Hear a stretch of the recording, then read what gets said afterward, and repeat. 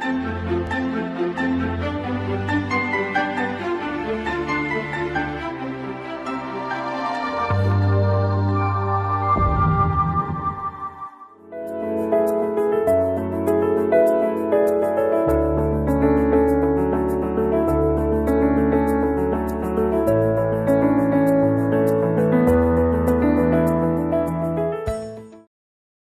communication.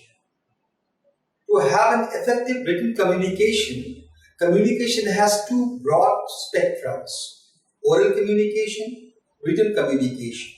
In today's chapter, we will emphasize will be on the written communication. Effective writing has certain characteristics. Some of these characteristics relate to an overall writing process, such as conceptualization, researching, drafting, revising. Other characteristics focus specifically on some formal features such as organization, tone, readability. Let us discuss them in detail. The overall writing sequence. Most writing goes through many steps. Usually, the more complicated, lengthy, and important the project, the more steps you include. Here are 8 steps through which most of your writing communication will go. First, define your problem. When a superior gives you a writing project, you probably know the parameters you are to cover. No doubt, you have a specific goal. You may even have a formal letter of authorization. Organizationally, however, your assignment will be vague. For example, how would you react to the thesis written direction from your boss if you were in a management consulting division of a major public accounting firm? 2. Determine and analyze your audience, to whom the letter report or the memorandum will be sent. Will it be sent to a group? Will it be shared with others? What is your relation to the audience? The answers to these and other questions may determine the response you receive to what you said. Third, do your research. Well-written reports or proposals are based on data for research, not opinion alone. If necessary, refresh your memory of such research techniques as library usage, computer, internet, and electronic data-based researches. Do not neglect the key corporate contacts you may be expert on subjects. Fourth, consider your layout or format of the elements. Letters differ from memoranda in appearance. Procedure statements look different than justification reports do. Thus, layout considerations recently have become especially important for power contained in our word processing software. Closely related to layout is format, which relates to more to the consistently delivered computer-prepared items such as headings, bulleted points, or bibliographical citation. Fifth, draft your project. For most of the people, effective writing takes more than one attempt. When the message you wish to transmit is simple, your familiarity with the situation is high, the consequences unimportant, and the length short, you may be able to draft a finished letter or a memorandum on first try. However, a complexity, familiarity consequences, and length changes, you are more likely to draft and revise. Sixthly, revise, edit, and proof. Having prepared a draft, your next step is to polish it. Realize that many writers spend almost as much time editing as they apply to drafting a process, often allowing some time to elapse between drafting and revising permits fresh thoughts and different perspective emerges. Check to ensure that the manuscript still solves the definition of the problem.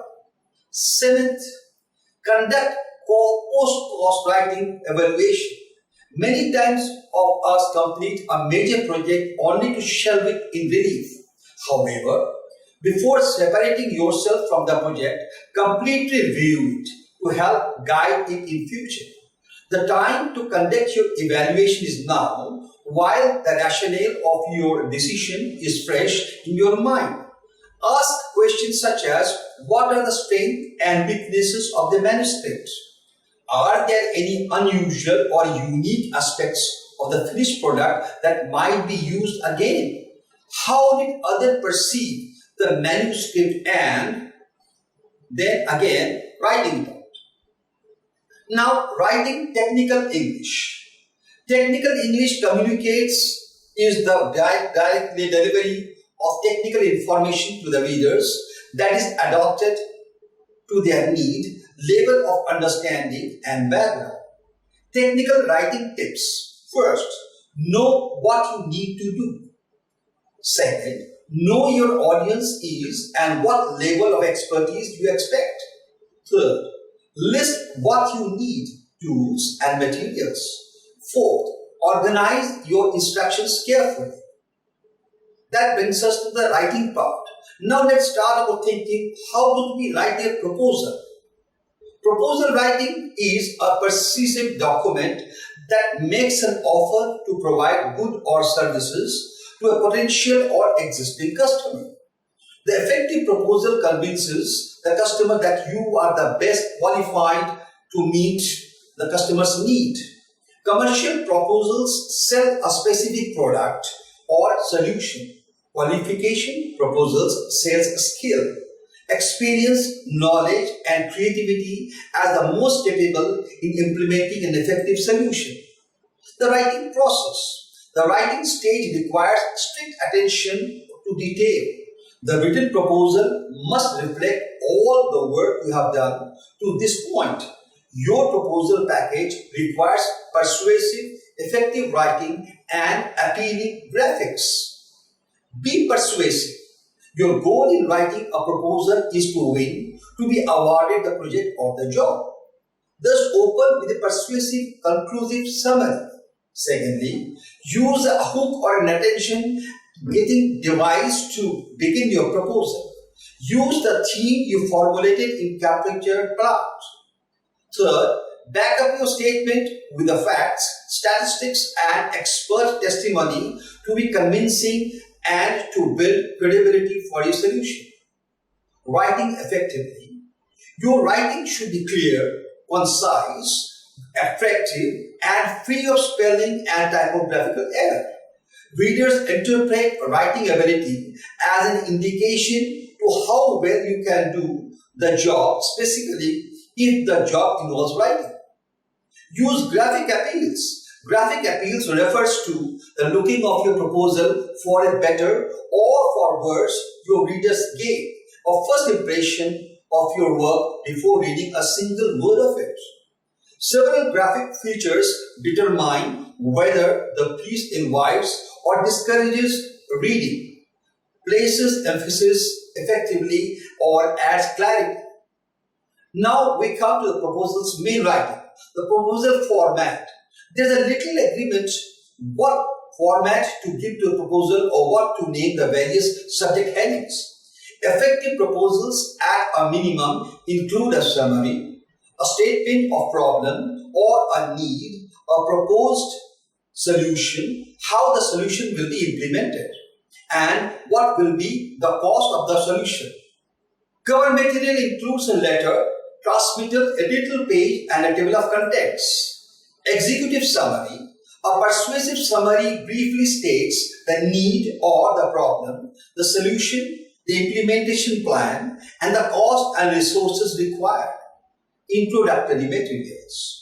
The introduction can include a background to the situation or the problem that the proposal is addressing.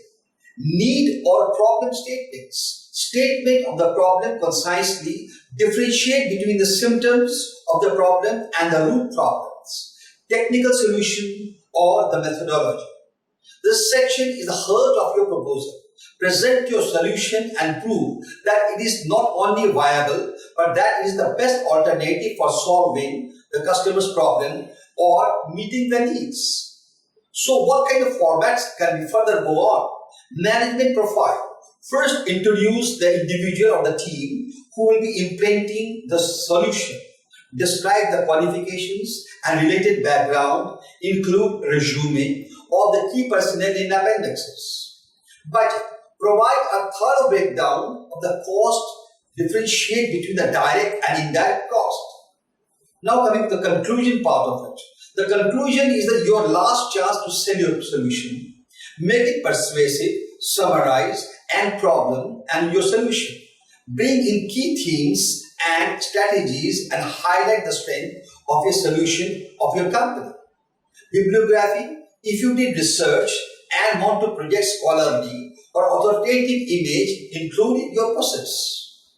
Appendices. Include resumes of the key proposals, personals, letters of referral, highly specified details of implementation, and any other relevant materials you wish to include.